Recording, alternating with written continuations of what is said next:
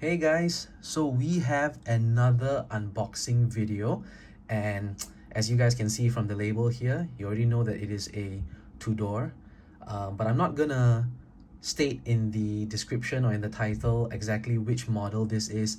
I wanted to have some fun and only reveal exactly which model it is when I open the box. So in the meantime, you guys can take a guess, which Tudor model this is. I will say that it is a Black Bay model, otherwise it wouldn't be any surprise. But as we all know, nowadays for the Black Bay model watches, they are pretty hard to get. For example, like the Black Bay 58, the Black Bay Pro. Yeah, so these are all having waiting lists now. So I am very excited, very happy to get this piece, considering I did not explicitly tell my AD that I was interested in this piece in particular. But nevertheless, still very happy that he offered me this piece when it became available. Right, so let's go straight into it. Let me remove the sleeve. There's a bit of a tear here, but that's okay. Right.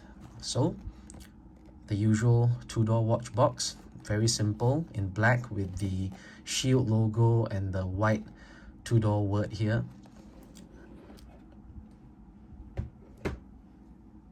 As for the inside, we have this thin protective foam. Nothing special about that. This lip opens here like this, and inside we have the main box itself. So let me take out the box. Okay, so usual Tudor main watch box. Again, everything is in black with the glossy shield logo here. The bottom part, you can see that it's made of wood here, and then they have some kind of soft material for the top section of the box here. Okay, so here we go. Let's see exactly which Tudor model this is. And there it is. So it is the Black Bay Chrono with the black dial. Of course, the white dial in the secondary market, it is more in demand.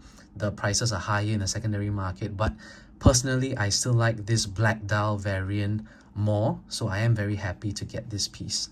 All right, so inside of the box, same thing with the red Tudor shield there and the wording. So let's see what else is in the box before we actually take a look at the watch itself. So I'm just gonna remove this. Let's take a look at it for a while first. Okay, let me just focus here. There we go. Okay, really beautiful watch. We'll get more into the dimensions and all the other stuff soon, okay? So inside the box, we have, of course, the documentation here. We have the international guarantee card. So this is the Black Bay Chrono model reference 79360N.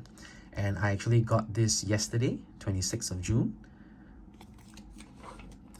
And we also have the official chronometer certification booklet, the user manual, and inside this compartment here, we have the white tag, nothing special about that, and of course the spare link. So for my 6 3/4 inch or 17 centimeter wrist, I removed 4 links, which now it actually wears pretty snug, pretty tight on my wrist, but that's the way that I like it for these kinds of watches that are a bit thicker and a bit heavier, so that when you move your hand or move your wrist, it doesn't flop around that much. So because if that happens, it can be quite uncomfortable, so that's why I removed 4 links. Okay, let me put this back here, move the box a bit to the back, and let's remove the watch from this cushion. Okay, there are actually some stickers still on the watch because yeah, I didn't really remove all of them. As long as I can wear it without all of those stickers being too obvious, then I'm fine with that. The one thing I like about Tudor watch cushions is that they are very broad. You'll notice that they are broader than the one you find for Rolex watches, which I think makes the whole presentation much nicer. Okay, so let's take a look at the watch now, and we'll go over the dimensions. first. So this has a case diameter of 41 millimeters, so it is a pretty big watch. It has a case thickness of 14.4 millimeters. It sounds really thick, but actually on the wrist, or I should say on my wrist, which is not really that small, it actually wears quite nicely. It doesn't look too out of place, or it doesn't look weird. Okay, the lug to lug length is 50 millimeters. But one thing to take note, unlike Rolex Oyster bracelets, right, where they have the link that actually extends out here, the center link that extends out and it is stationary, it flares out. This one actually has this center link which can be pulled straight down like this for smaller wrists. So even though it has a 50 millimeter lug to lug length, for wrists as small as, I would say, maybe 14.5 to 15 centimeters, still be able to pull this watch off quite nicely. The lug width starts at 22 millimeters here, and as you can see, quite an obvious taper down, like each link actually gets smaller, and down to the smallest link here, which is 18 millimeters, and then the clasp width itself is back up to 20 millimeters. And I think all of these measurements for a watch of this thickness and this case diameter sizing, all of these proportions actually work really nicely, right? So we'll talk about the movement now. So this one uses the manufacturer caliber MT5813, which is COSC certified, so it will run within the range of -4 to +6 seconds per day. But one thing interesting about this is that they're actually using, this movement is actually based on the Breitling B01 caliber architecture.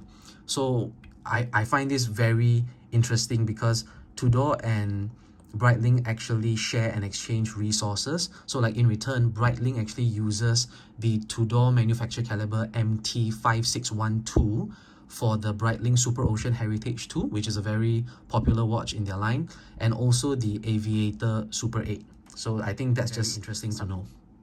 Okay, the bezel here is an aluminium bezel with the silver tachymetric scale, that can be used for measuring speed, travel time, distance, so on and so forth. So it doesn't use a ceramic bezel, but rather an aluminium one, which I think will definitely be more prone to scratches, yes, but it does give it a very nice vintage feel.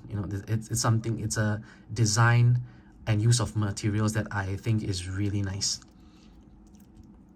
Okay, now let's talk about the water resistance. This is where I think this piece is very impressive because it has a water resistance of 200 meters. You can see from the wordings here.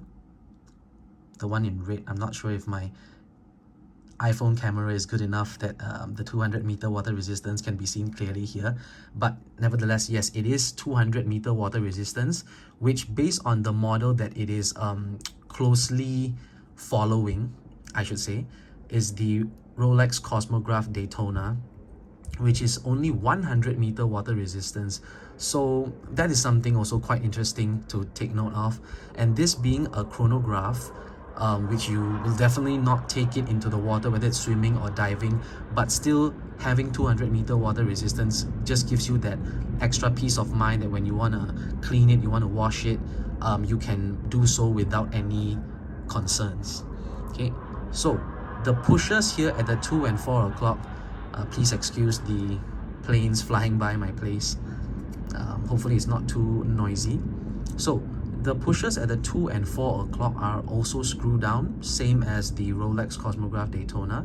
So we can also check out that movement as well. Let me unscrew both of them first and we'll see how nicely this chronograph actually works. Okay, and of course the crown here is also screwed down as well.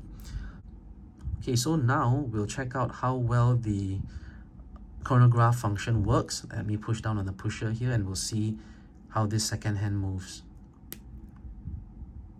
Yeah, so it doesn't jump at all, just a very clean start to it. And even the movement right now is also pretty smooth, as you can see. Okay, I'm gonna stop it now and let's see the reset function, how it jumps back. Nice, very clean jump. I like that. Okay, let me just screw it back down here.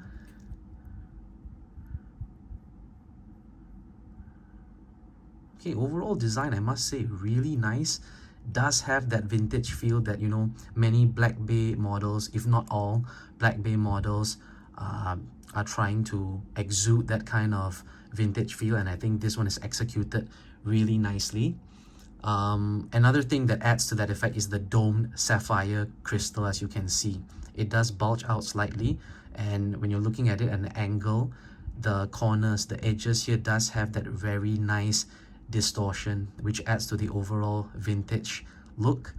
And lastly, the date window, and this is something I also really love. The date window is at the 6 o'clock position without any Cyclops lens, and it is still legible enough. You can still see the date very clearly. So overall, the dial, very symmetrical look, very clean, and I think Tudor just did an amazing job with this piece here. All right, so let's throw it on the wrist and we'll see how it looks. Okay, so this is how it looks on my 6 3/4 inch wrist. Let's do a wrist roll here. So yeah, really nice. Okay, thickness wise, not too bad. Okay, doesn't look too weird or anything. Nice bracelet as well. Okay, right. Okay, and lastly, let's also check out how well the lume on this watch is. So I'm gonna use my UV flashlight here to just charge up the lume.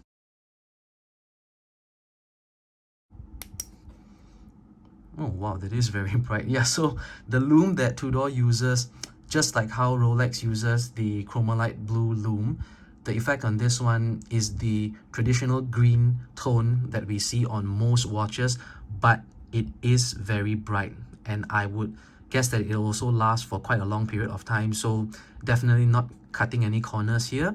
Very good quality lume on this piece. So yeah, hope you guys also enjoyed this video. Please like and subscribe if you enjoy, and I'll try to create new videos in the future. All right, take care, stay safe, and see you guys next time.